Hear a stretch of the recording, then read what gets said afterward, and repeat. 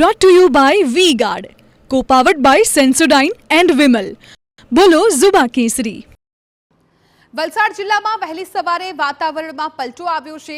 વલસાડ શહેર સહિત આજુબાજુના વિસ્તારમાં કમોસમી વરસાદ પડ્યો છે. વરસાદને કારણે સમગ્ર વિસ્તારમાં ઠંડક પ્રસરી હતી. કમોસમી વરસાદને કારણે ખેડૂતોની ચિંતામાં પણ વધારો થયો છે. કમોસમી વરસાદથી કેરીના પાકમાં મોટું નુકસાન થવાની પણ ભીતિ છે.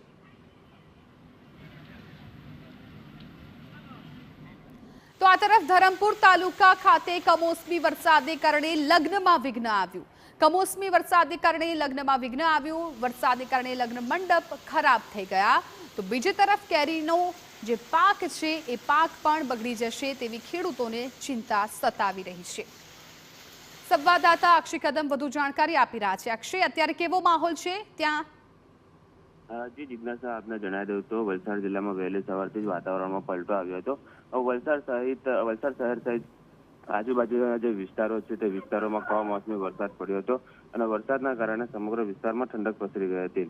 તો સાથે સાથે વાત કરવામાં આવે તો હાલ કેરીની સિઝન ચાલી રહી છે, જેને કારણે કમોસમી વરસાદના કારણે ખેડૂતોની ચિંતામાં પણ વધારો થયો છે અને કેરીના પાક ઉપર નભતા ખેડૂતોમાં ભીતિ સેવાઈ રહી છે.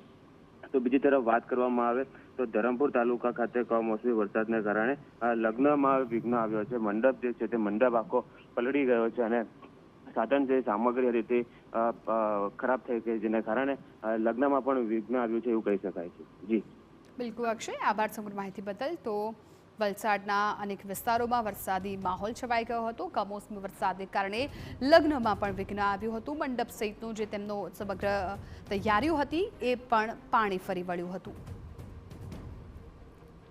Brought to you by V-Guard, co-powered by Sensodyne and Vimal.